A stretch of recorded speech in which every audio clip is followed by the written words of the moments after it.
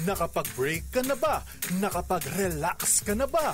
Saan ka man nagtatrabaho, mapa-opisina man o work from home o mula mismo sa pwesto, sasabayan namin ang break time mo. Sasabayan namin ng mga balita at komentaryo, mga panayam ng mga taong viral ngayon. DZRH Break Time! Magandang hapon, Luzon, Visayas, Mindanao. Kayo'y nakatutok pa rin sa DZRH sa programang Break Time. Kasama niyo po ngayong hapon. Ako po si Thea Pecho Corpuz. Ito po si Ray Sibayan. Una sa Pilipinas, una sa Pilipino. At narito na ang ulo ng ating mga nagbabagang balita ngayong ika-25 ng Nobyembre. Bad news agad. Bad news kaagad. Magpapasko 30 days bago ang Kapaskuhan, pero bad news sa mga motorista dahil oil price hike. Bukas, higit piso ang taas presyo sa gasolina at diesel. Binawi agad ang ni-rollback. Bantang papatayin daw po si President Ferdinand Marcos Jr. Desperate at dangerous move ni VP Sara ayon kay Speaker Romualdez. CIDG hinahunting na ang umano'y hitman na inupahan ni Vice President Sara. VP Sara ay patatawag naman daw po ng NBI para hingan ng paliwanag sa umano'y inupahang hitman. Vice President Sara bumuelta sa banat ng NSC, tinawag na taken out of context ang sinabi niyang banta kay Pangulong BBM. Armed Forces Chief of Staff General Romeo Browner Jr. nanawagan sa mga sundalo na sumunod sa chain of command. Seguridad ni Mary Jane Veloso pagbalik sa Pilipinas, tiniyak ng Bureau of Corrections. Ayuda sa mga sinalanta na managdaang bagyo sa bansa, pumalo na po sa higit 300 milyon ayon sa DSWD. Dasmariñas, Cavite isinailalim sa state of calamity dahil sa dengue outbreak. At heto, wag na natin pigilan pa at paparating na si Santa. Sakay ng kanyang SUV. Sabi ko sana karwahe, ano siya, Disney Princess? Oo, SUV na ngayon. Hila-hila siya ng mga Tesla pa yun. Wow, talaga. Mas malamig daw pong simoy ng hangin ng amihan, asahan sa mga susunod na araw ayon sa Pag-asa. Yan ang mga headline. Ito naman po ang detalye. Abiso sa mga motorista. Bukas, magpapatupad po ng higit pisong dagdag presyo ang mga kumpanya ng langis. November 26. Ayan, sa magkakahiwalay na anunsyo, 1 peso and 15 centavos ang itataas sa kada litro ng gasolina, habang 1 peso and 10 centavos naman sa diesel at 80 centavos sa kerosene. Nitong nakarang linggo nang magpatupad ng halos piso lang pala yung ni-rollback, pero higit piso yung itataas naman sa presyo ng mga produktong petrolyo. Ba't ganun? As usual. Laging gustong makalamang. Ano kayang dahilan naman ng pag-increase ngayon? Siyempre, geopolitics daw sa iba't ibang mga bansa, sa Russia, sa Ukraine. Pati ba yung politics natin ngayon may kinalaman sa... Pwede rin. Tapos yung taas babang halaga ng piso kontra dolyar, di ba? Pumalo sa 59 pesos ng isang araw. At daming factors. Sana naman tumatagtatag naman. At sana naman hindi lang puro announcement na ginagawa ng DOA, kundi dapat sana sila umaksyon. At mag-explain kung bakit. Wag na mag-explain, umaksyon na lang. Para pigilan ang patuloy na pagtaas sa presyo ng petrolyo. Samantala, sa iba pang balita, dinoble na ng Presidential Security Group ang security detail ni Pangulong Ferdinand Marcos Jr. Ayon po kay Major Nestor Endoso, Civil Military Operations Officer ng Presidential Security Command. Ipinagutos po ni PSC Commander Brigadier General Jesus Nelson Morales ang dobleng seguridad sa Pangulo matapos naman ang pagbabanta ni Vice President Sara Duterte. Sabi ho ni Endoso, ibig sabihin daw po nito ay mas mataas ang deployment ng kanilang mga tauhan sa mga aktibidad ho mismo ni Pangulong BBM. Sa ngayon na hindi pa niya pinag-uusapan ng pagsusuot ng paglalagay daw po ng bulletproof podium sa mga aktibidad ni Pangulong BBM kapag meron siyang talumpati.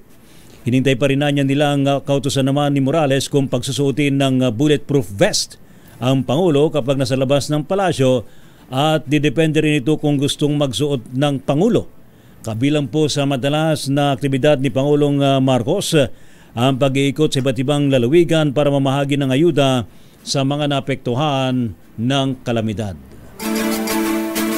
Samantala, itinalaga ni Pangulong Bongbong Marcos bilang caretakers ng bansa sina Executive Secretary Lucas Bersamin at Justice Secretary Jesus Crispin Remulla at Agrarian Reform Secretary Conrado Estrella III. Kaugnay ito ng pag-alis ng Pangulo patungong United Arab Emirates para sa isang working visit. Sa naturang one-day visit, makikita sina Pangulong Marcos at His Highness Sheikh Mohammed bin Zayed Al Nahyan sa Abu Dhabi bukas. Umaasa ang Malacanang na makapag-uuwi ng mga kasunduan mula sa kanyang pagbisita sa UAE. Isang araw lang yun. One day visit. Working visit. Oo. Akala ko iuwi. Akala ko yung chocolate eh. Di ba yung masarap na chocolate dun? Oo. Samantala, rise above destruction. Ito ang panawagan naman ni House Speaker Martin Romualdez sa kanyang naging talumpati sa pagbubukas ng sesyon sa plenaryo ng Kamara at sa gitna ng issue naman ng pagbanta ni VP Sara Duterte sa buhay po ng Pangulo ni First Lady Liza at maging sa kanya. Tinawag ni Speaker Romualdez na desperate move ang banta ni VP Sara para maiwasan na masagot ng mga aligasyon kung saan ginamit ang confidential funds ng Office of the Vice President at maging ng Department of Education noong 2022 at 2023. Ayon po kay Romualdez, hindi mapipigilan ng drama na ito ng pangalawang Pangulo ang paghanap sa katotohanan at linaw sa paggamit ng pondo ng bayan. Kinuha rin ni Romualdez ang tulong ng kanyang mga kapwa mambabatas para ipaglaban ang banta sa ating demokrasya at sa seguridad ng ating bansa. Such statement is not just reckless, it is dangerous. It sends a chilling message to our people, a message that violence can be contemplated by those in positions of power. This is not just an affront to the individuals targeted, it is attack on the very foundation of our government. It is an insult to every Filipino who believes in the rule of law and the sanctity of life. We cannot let this pass as mere rhetoric. The gravity of such confession demands accountability. It demands answers. It demands that we, as the representatives of the Filipino people, take a stand to protect our democracy from any and all forms of threats. Yan po si House Speaker Ferdinand Martin Romualdez. Kaugnay nga ng balitang yan, posible umanong makasuhan si Vice President Sara Duterte kaugnay na mga ipinahayag nito sa kanyang online press briefing nitong Biyernes ng gabi. Ayon sa dating Pangulo ng Integrated Bar of the Philippines na si Attorney Domingo Cayosa, ito ay dahil walang immunity ang ikalawang Pangulo ng Pilipinas batay sa konstitusyon. Dahil dito maaaring makasuhan ng libel si Vice President Sara kaugnay ng kanyang aligasyong si First Lady Liza Araneta Marcos ang nasa likod ng pamamahagi umano ng envelope na may lamang pera sa Department of Education. Bukod dito, maaari ding ma-disbar si Vice President Sara dahil naman sa paglabag nito sa Code of Conduct ng mga abogado. Narito naging pahayag ni Attorney Cayosa. Meron ho kasi kaming napaka-importante, Canon 1 na ng Code of Professional Responsibility of Accountability ng mga abogado.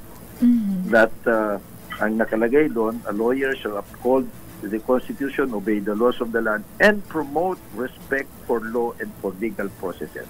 So kung ikaw ay nanganganib sa tingin mo at ang iyong gagawin at i-broadcast na nangontrata ka na ng papatay ng 3 tao, that's not respect for the law or legal processes. Mas nagbumura ka pa. So baka pananagutin siya as a member of the legal profession, yung tinatawag nating disbarment proceedings. Samantala naman, walang nagsabi na mayroong immunity ang pangalawang Pangulo sa kaso. Ito naman na naging sagot ni dating Presidential Advisor, Attorney Salvador Panelo, sa pahayag po na walang immunity si VP Sara kaugnay ng pronouncements niya laban kay Pangulong Ferdinand Marcos Jr. Bagaman hindi diretsa ng sagot, sinabi ni Attorney Panelo na lahat naman ay maaaring kasuhan dahil sa wala namang mas mataas sa batas. Siyempre lahat na tao pwedeng kasuhan maliban sa sinasabi ng saligang batas. Yung mga impeach mo, yan. O kaya naman, ikaw ay talagang ang kaso mo, heinous crime. Pwede. Lahat yan po pwedeng kasuhan. Wala namang mas mataas sa batas. Dagdag pa ni Panelo, siguradong may banta sa buhay ng pangalawang Pangulo dahilan para magsarita ito ng tungkol sa pagpapatay. Obviously, as I said, kaya yan nagsalita ng ganyan kasi nga may threat sa buhay niya. Kaya sinasabi niya, pag ako pinatay, etong tatlong ito, ang pinaghihinalaan ko. O edi, obviously, mayroon threat sa buhay niya. Muli, ang tinig ho ni Attorney Salvador Panelo. Ngunit responsibilidad ng mga ahensya ng pamahalaan at tukuyin kung sino ang assassin. Nakausap ni Vice President Sara Duterte na umano'y papatay kina Pangulong BBM, First Lady Liza Araneta Marcos at House Speaker Martin Romualdez sa oras na may masamang mangyari sa kanya. Ayon kay Senate Minority Leader Aquilino Coco Pimentel III, ang anumang pababanta sa buhay ng mga mataas na opisyal ng pamahalaan at kanilang pamilya ay dapat masusing imbestigahan. Para kay Pimentel, mahalagang matukoy kung sino ang kausap ni Vice President Sara na magsagawa ng pagpatay. Una nang inihayag ni National Security Advisor Eduardo Año na kanila nang isinasa ilalim sa verification ng naging banta ni Vice President Sara laban sa Pangulo. Itinuturing nila itong isang national security concern na kailangan nilang tugunan. Binuweltahan ni Vice President Sara Duterte ang naging pahayag naman ng National Security Council ng anumang pagbabanta kay Pangulong Ferdinand Marcos Jr. ay isang seryosong national security threat. Nanindigan naman si VP Sara na taken out of context ang sinabing may binilinan siyang papatay sa Pangulo at kay First Lady Liza at maging kay House Speaker Martin Romualdez kapag siya ay namatay. Kinwestiyon naman ng pangalawang Pangulo ang hindi pag-imbita sa kanya sa mga umunoy pagpupulong ng NSC sa kabilang pagiging membro din ito na naturang konseho. Kaya naman humiling po si VP Sara na mabigyan ng kopya ng mga naturang pagpupulong at pagsama sa agenda sa susunod na mga pagpupulong nila ang pagkakataong mapresenta ang mga banta naman laban sa kanya at sa staff ng Office of the Vice President. Nanggigigil! No! Nanggigigil! Sino? Na inakusahan ni Vice President Sara Duterte si First Lady Liza Araneta Marcos na umano'y namimigay ng allowance sa mga taga-Department of Education. Giit ni Vice President Inday, may ipinamamahagi Tama po ba? ang unang ginang, ano yun? Anong tama? Hindi ko din alam. Unang ginang na milyones kada buwan para sa kagawaran. Ito ang inihayag ng bise sa gitna ng pag-aalboruto sa ginagawaan niyang panggigit-git sa kanyang mga tauhan o panggigipit sa kanyang mga tauhan sa Department of Education ukol sa kahinahinalang confidential funds ng ahensya. Kasabay nito, pinagmumura din ni Duterte ang First Lady, pati ang mga pinakamatataas na opisyal ng gobyerno kabilang na si House Speaker Martin Romualdez at ang Pangulong Bongbong Marcos Jr. Narito ang bahagi ng panggigigil ni Vice President Sara. Anong nakalagay doon sa envelope? DepEd! Anong ginawa ko? Binigay ko sa DepEd!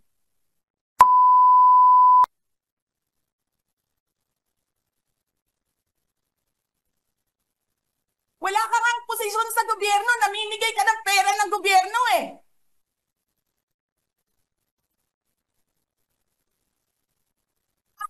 Sisirain mo yung tangal ng mga kasama ko sa Office of the Vice President.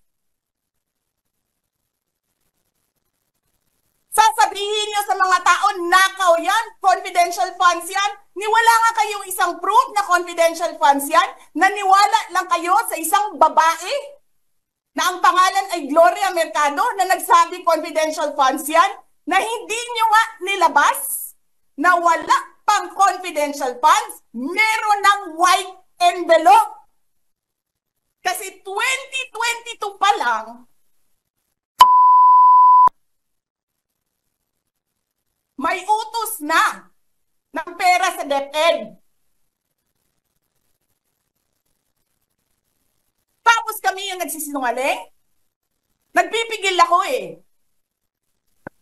Kasi gusto ko lang magtrabaho. Gusto ko lang tapusin nyo na yung show ninyo dyan sa House of Representatives para makabalik na kami sa trabaho namin.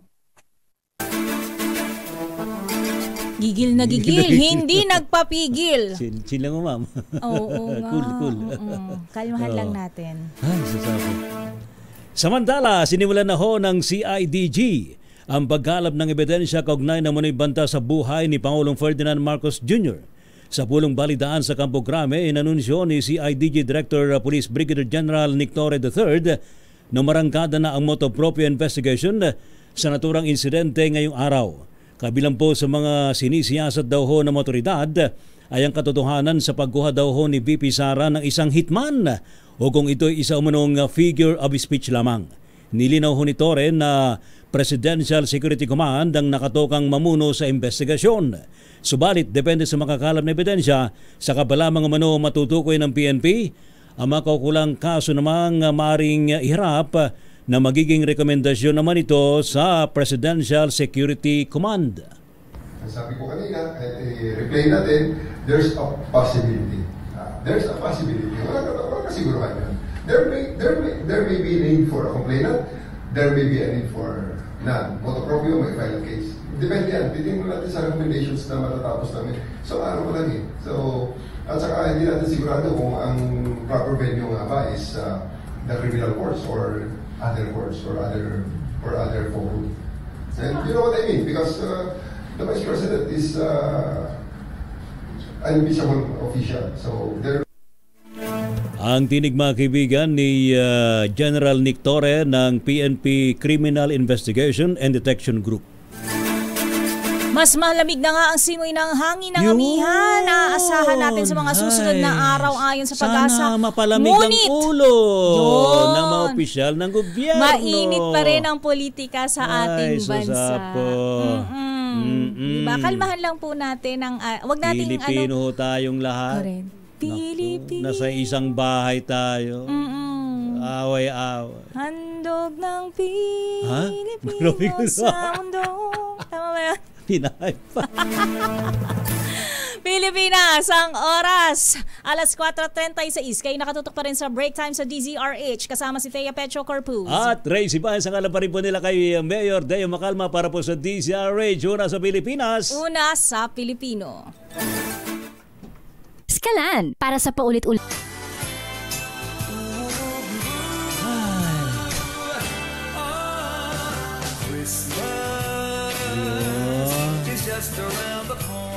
Kahit gaano pa kainit ang Pasahin ating away ating politika, mood. Correct. Lagi natin iisipin that Christmas is just around the corner dahil 30 days na lang. Isipin RS. natin ang diwa ng Kapaskuhan. At ang diwa ng Kapaskuhan. Palaganapin ang pagmamahalan. Ayun! Give love on Christmas Day. Unconditional na pagmamahalan. Very motherly ang unconditional love. Tapos mamigay lang kayo ng tulong sa kapwa. Ayan, ng buong puso, ng walang pag-iimbot, di ba? Nang walang halong pamumulitika at walang pagnanasa na maibalik sa'yo ng tenfolds yung ibinigay mo. Di ba? Ganun na naman talaga. Kasi kapag ka full-hearted yung pamimigay mo, hindi ka nag-expect ng anything in return. Malay mo, bigla ka nalang busan ng sandamakmak na biyaya. You'll never know. Di ba? Di ba? Pero, tingnan nga natin kung ano ang sitwasyon diyan sa ongoing hearing ng Kamara tungkol sa budget utilization ng Office of the Vice President at Department of Education nung ito ay hawak pa ni Vice President Sara Duterte. Idetalye mo ang balita RH12. Milky Riganan. Manang Milky. Magandang hapon, Thea at Ray. Nagpapatuloy ngayon ang investigasyon ng House Committee on Good Government and Public Accountability at nakasala ngayon si Gina Acosta, ang Special Disbursement Officer ng OVP sa interpelasyon naman ni Congresswoman Jervil Luistro. Nagkaroon muna ng suspension ng hearing para bigyan daan kaninang alas 3 ng hapon ang mahalagang mensahe ni House Speaker Martin Romualdez sa plenaryo. Inamo ng House Speaker si Vice President Sara Duterte na ipaliwanag ang umunay questionable paggamit sa 612.5 million pesos na confidential funds ng OVP at ng Department of Education noong 2022 at 2023. Sa kanyang mensahe sa plenaryo, binweltahan ni Romualdez si VP Sara. Sarap na mabanta nito sa buhay ni na Pangulong Bongbong Marcos, First Lady Lisa Marcos at nag-iisa.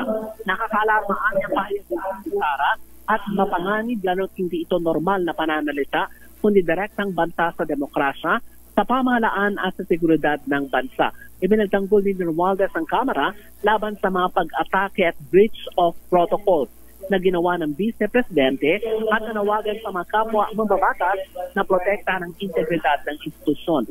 Sa kaunang-unang pagkakataon, Senator Pino Romualdez at itinanggi na walang basehan ng mga alegasyon na sinisiraan niya umano si VP Sara dahil sa ambisyon sa politika sa taong 2028. Ito ang ituturing na desperado hakbang para ilihis ang tunay na issue ang kinikwestiyong pondo ng confidential fund. Kumbinsido naman ang House Speaker na ang nasa likod mga walang basehang akusasyon ni Duterte ay ang tangkang pagtakpan ang lumalakas na ebidensya ng maling paggamit ng pondo sa ilalim ng kanyang liderato sa OVP at noon ay sa DepEd. Hindi pa ganap na sumasalang itong si VP Sara, Thea at Ray, pero meron siyang pagkakataon maya-maya ng konti. Ang priority kasi yung apat na ipinatawag na matagal ng sinampahan ng contempt ng komite. Ang nauna kanina ay si Paharda, ang ngayon naman ay si Gina Acosta, kaugnay naman ng pag-withdraw sa pera ng OVP at ng Department of Education. O mamaya sasalang si VP Sara? Maya-maya ng konti, pero every now and then meron siyang mga manifestation. Pero ang sabi nga ng komite, ibigyan siya ng sapat na pagkakataon itong si VP Sara na magsalita at matanong ng mga miyembro ng komite, lalo na pumayag na siyang manumpa. Ibig sabihin sasagot siya doon sa mga tanong ng committee members tungkol sa issue nga ng OVP funds at ng DepEd confidential. Kamusta yung mood ni VP Sara Manang Milky? Gigil na gigil pa rin ba up to now? Medyo kumalma ng konti. Kumpara ng mga nakalipas na araw nung naririto sila noon sa Kamara. Pero as usual, ng konti, parang palaban. Fierce. At ang sabi nga ng ilang beses siyang pinaalalahanan na pagsisimula ng hearing kaninang umaga ng mga miyembro ng komite na igalang, irespeto ang institusyon at sumunod sa mga patakaran ng komite. At kung meron man daw siyang gustong itanong o kaya i-manifest, ay humingi muna ng pahintulot sa chairman ng House Committee on Good Governance na walang klaseng kulit man na Joel Chua. So after siguro itong apat na mga opisyal ng DepEd at ng OVP ay pagkakataon ni Vice President Sara Duterte. Kanina, dito sa People's Center, habang ongoing speech ni Speaker Romualdez sa plenaryo, ay nanood din siya sa monitor itong si VP Sara. May reaction ba? Mensahe. Wala siyang reaction. Nanood lang, nanood NR. Sa monitor. Pinapanood niya si House Speaker Martin Romualdez. Pero sa ambush interview tayo doon sa statement ni Speaker Romualdez, ang sabi niya, handa siyang humarap sa investigasyon. Mukhang kapatawag yata siya ng National Bureau of Investigation at ng Department of Justice. Ayun. Sa plenaryo ngayon, merong para ba yung tinatalakay na resolusyon in support to the President? Kanina binanggit ni Speaker Romualdez na nananatili ang suporta ng liderato ng Kamara sa panunungkulan ni Pangulong Bongbong Marcos. Ongoing session sa plenary at the same time ay ongoing naman ang hearing dito sa People's Center ng House Committee on Good Government and Public Accountability na pinamumunuan nga at Congressman Chua, kung saan pangunahing dumadalo ay ilang mga opisyal ng DepEd at ng OVP sa panguna ni Vice President Sara Duterte. Alright. Thank you, Marie Milks. Babalik na ng Kotea at may iba pang mga update nitong hearing pa rin ng Kamara kaugnay ng kinikwestiyon. Bigyan ng malalamig na inumin tubig yung mga nandiyan sa committee. Para wala magkainitan ng ulo. Correct. Kanina mukhang muntik na may nagkaupakan Nagkaumba. Muntik na. Muntik na kami umbagan. Oo, paalala lang naman daw na igalang yung protocol. Oo. Yun lang naman ang nila. At bigyan daw lang ng pagkakataon ang mga gustong magsalita sa pungunan ni Vice President Sara Duterte. May mga, alam mo, every now and then, natataranta kami ilok, may mga movement Yung mga... Baka biglang may action Hindi pwedeng ma-miss out. Totoo. Mga facial expressions na. May mga nakakunot noo. Nakasimangot. Nakikinig kami at the same time, nakikinig kami sa bawat umarating. Kasi yung movement, alam mo yung mga cameraman ng aming ang aming queue. Tumakbo yung mga cameraman. Ay, naku, meron na naman kakabangan, meron naman darating. Parang pineapple ngayon si Manang Milky. Madaming mata. 360 degrees. Hindi pwedeng may ma-miss. Oo. Salamat. Kaya pag may nakita kami isang cameraman na tatayo, may mga susunod na ibang camera, pumunta na kami. Siyempre. May dadating ulit. Doon na action. So ngayon, nadidistract ako dahil nagtayuan na naman ang mga cameraman at nakaantabay doon. Hindi ko alam baka meron parating pa. Ilan pa ang mga dadalo dito sa hearing ng camera. So magbabalik na lang ako, Thea Train, dito sa House of Representatives. Ako si Milky Guna nagulat para sa DCRH, una sa Pilipinas, una sa Pilipinas. Thank you, Milky, live from Camara.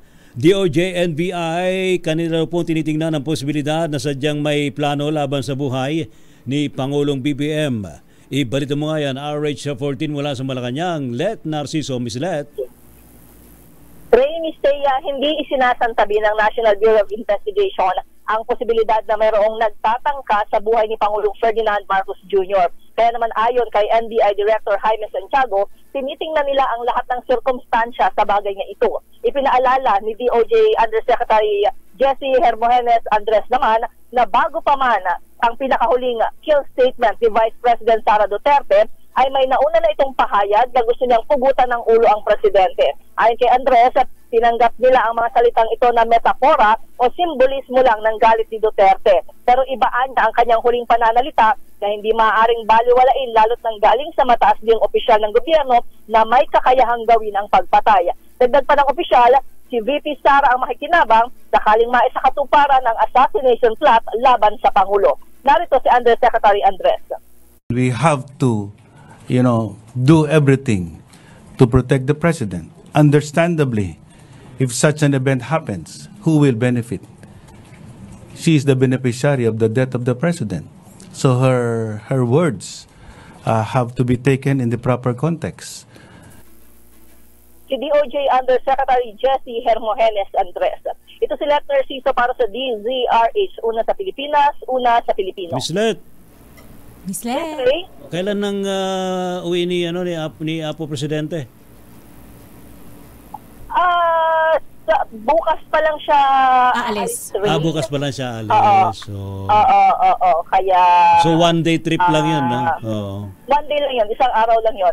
Actually, aalis siya ng gabi, tapos darating siya doon ng madaling araw. Buong araw na yon yung kanyang mga schedule at pagkatapos sa gabi ay babalik na rin siya sa Pilipinas. Hindi na pala mag-check-in. Wala nang hindi na mag-shower. Baka sa lounge na. Oo, syempre. Salamat, Miss Let. Thank you, Miss Let. Balik sa inyo, Ray at Miss Thea. Thank you so much. Samantala, habang tinatawagan si Raymond Dadpaas padadalhan ng sabina ng National Bureau of Investigation si Vice President Sara Duterte. Ayon kay Department of Justice Undersecretary Jessie Andres, kailangan magpaliwanag ni Vice President Sara at diretsahang ipahayag na kumuha na siya ng tao para patayin ang first couple at si House Speaker Romualdez sakaling siya ay patayin. Anya importanteng malaman kung ano ang mga naging hakbang para kumuha ng serbisyo ng isang mamamatay tao na nagpaplano ng masama sa Pangulo. Binigyan naman ng NBI si Vice President Sara ng 5 araw para humarap sa tanggapan at kung hindi siya tumugon ay kakasuhan nila ito base sa mga hawak nilang ebidensya. Narito ang pahayag ni Undersecretary Andres.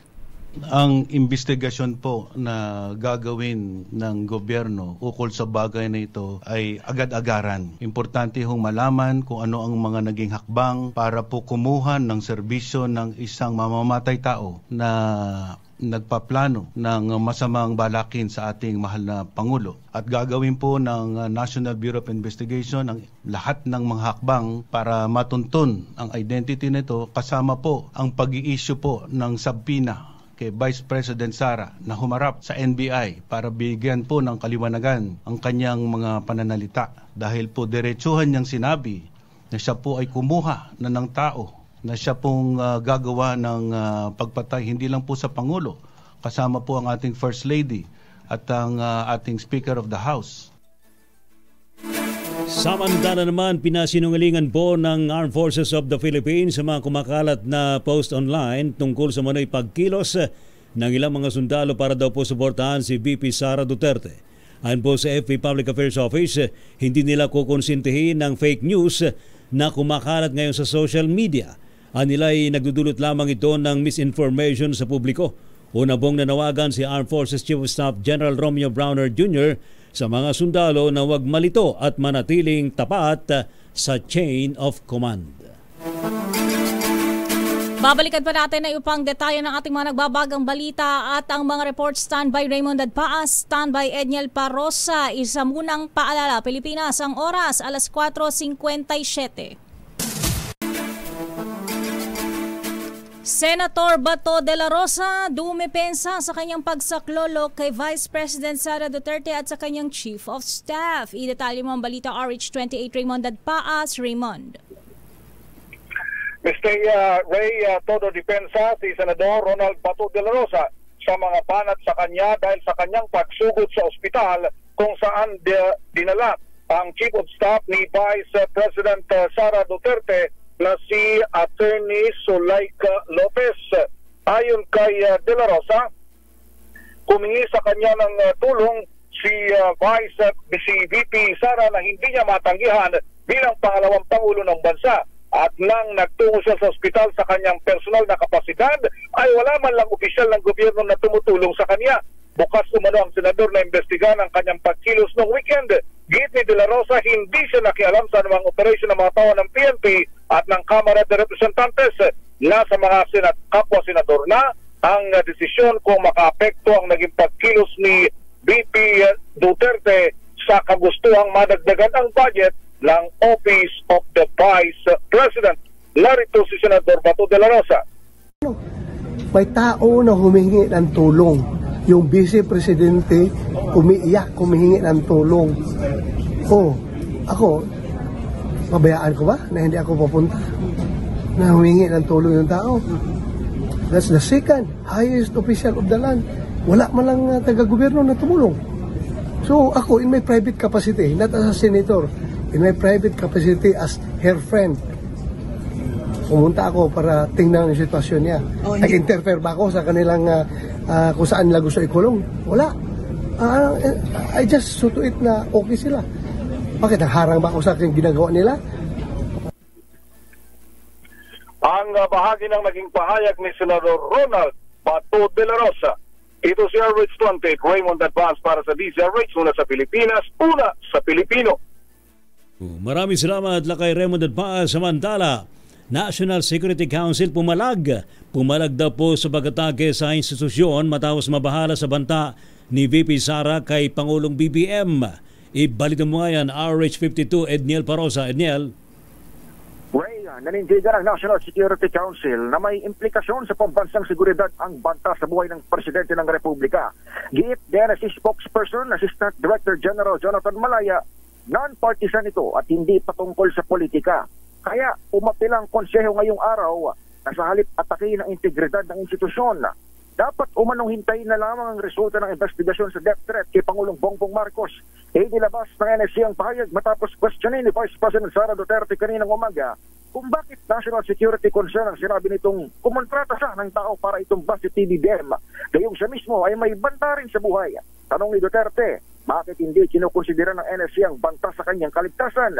Napatid na miyembro rin ng pangalawang Pangulo ng National Security Council pero hindi umano siya naipatatawag sa mga pulong nito. Sa bahagi naman ng Philippine National Police, dati nang sinabi ni PNP Chief Police General Romel Francisco Barbel na wala itong nakikitang matinding banta kay VP Sara dahilan para ituring na sapat ang security detail ng opisyal nang ito ay bawasan noong buwan ng Hulyo. Ito si Edniel Torrosa, nag-uulat para sa DZRH. Una sa Pilipinas, una sa Pilipino. Maraming salamat, Edniel. Samantala, tiniyak ng Bureau of Corrections ang kaligtasan ni Mary Jane Veloso oras na makauwi na ito sa Pilipinas. Ayon kay Bucor Director General Gregorio Pio Katapang Jr., mananatili muna sa Correctional Institution for Women sa Mandaluyong City si Veloso sa loob ng hanggang 1 buwan para sumailalim sa assessment. Pagkatapos ito ay malaya na umanong mamili si Veloso kung saan niya gustong magpakulong upang ipagpatuloy ang pagsisilbi sa kanyang sentensya. Matatanda ang pinatawan ng death penalty si Veloso ng Indonesian government matapos siyang mahulihan ng 2.6 kilograms ng heroin noong 2010. Makalipas ang higit 1 degatang negosasyon, pumayag na ang Indonesia na pauwiin sa Pilipinas si Veloso. Samantala sa ilalim po ng state of calamity ang Dasmariñas, Cavite dahil naman sa dengue outbreak doon. Ayon po sa Office of Civil Defense Calabarzon, na ipag-ugnayan na sila sa LGU ng Dasmariñas, Cavite para matugunan po ang outbreak ng dengue. Sa FB post ni Mayor Jenny Austria Barzaga, sinabi niyang noong November 6, 2024 mayroong higit sa 700 na nai-report daw po ng mga kaso ng dengue kung saan mas mataas ito kaysa sa higit sa 200 ng mga kaso noong nakalipas na taon. Samantala, umabot na sa mahigit 364.4 milyon pesos ang kabuuang halaga ng tulong na naipaabot ng gobyerno katuwang ang ilang stakeholders para sa mga biktima ng mga nagdaang bagyong Nika, Ophel at Pepito. Ayon sa NDRRMC, ang naturang tulong na kinabibilangan ng food at non-food items ay naipamahagi na sa 131,956 na pamilya mula sa 8 rehiyon. Kabilang narito ang Ilocos, Cagayan Valley, Central Luzon, Calabarzon, Mimaropa, Bicol, Eastern Visayas at Cordillera. Samantala, sa pinakahuling tala ng NDRRMC, sumipa na sa 14 ang napaulat na nasawi dahil sa hagupit ng 3 huling nagdaang bagyo sa bansa. At heto nang hinihintay mo, Miss Thea. Ano yun? Malamig-lamig na. Cuddle weather na nga daw. Oh, talaga. Mga babies made in December. Baka dumami na naman tayo nito. Ha? Kasalanan mo yan, amihan. Nako. Asahan daw ho ang mas malamig pang temperatura sa mga susunod na araw dahil sa amihan. Amihan.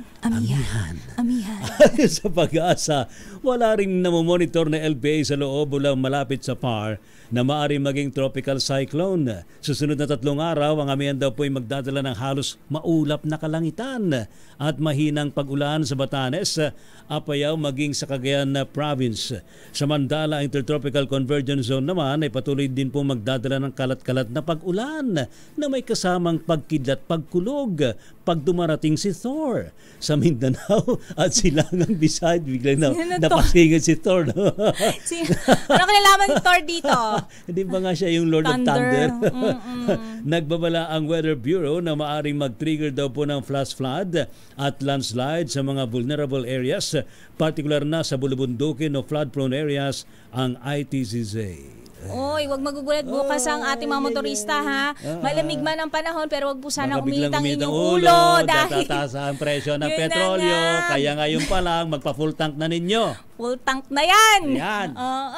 Kahit diba? wala na isang guhit yan. Full tank nyo na. Paano yung walang pa-full tank? Kasi sa katapusan pa daw yung iba, sweldo. Iba nga enough is enough. Commute na lang. Magkano na pamasahe ngayon? Jeepney, 13 pesos, di ba? Yung minimum. Paano yun? Pag nahulog yung piso ko, patay na yan. Ako, walang problema. Bike ka na. Hindi ko kayang i-bike from LA to Pasay. Hindi kaya ng powers ko yan. LA. Lower Antipolo. To Pasay. Yan na po ang kabuuan ng ating palatuntunang break time sa GZRH. Nakasama niyo po ako si Thea Pecho Corpus na bumabati ng maligayang kaarawan. Uy, kanino? Happy watching. Happy birthday! Kay Uncle Guno Sherwin Paz. Uncle Gunong. Dapat magbigay to sa akin ng pamasko kasi. Happy birthday! Oo, bait-bait ko kayang kanakan. Ang bait kong kanakan. Ito po si Ray Sibayan, mga kaibigan. Sa ngalan pa rin ho nila kay Mayor Deo Macalma para po sa DZRH. Una sa Pilipinas. Una sa Pilipino, susunod ng balansyadong pababalita hatid sa atin ni Ka Henry Uri at Miss Kay Karen Oyong. Pilipinas ang oras 8 minuto makalipas ang 5:00 ng hapon. This time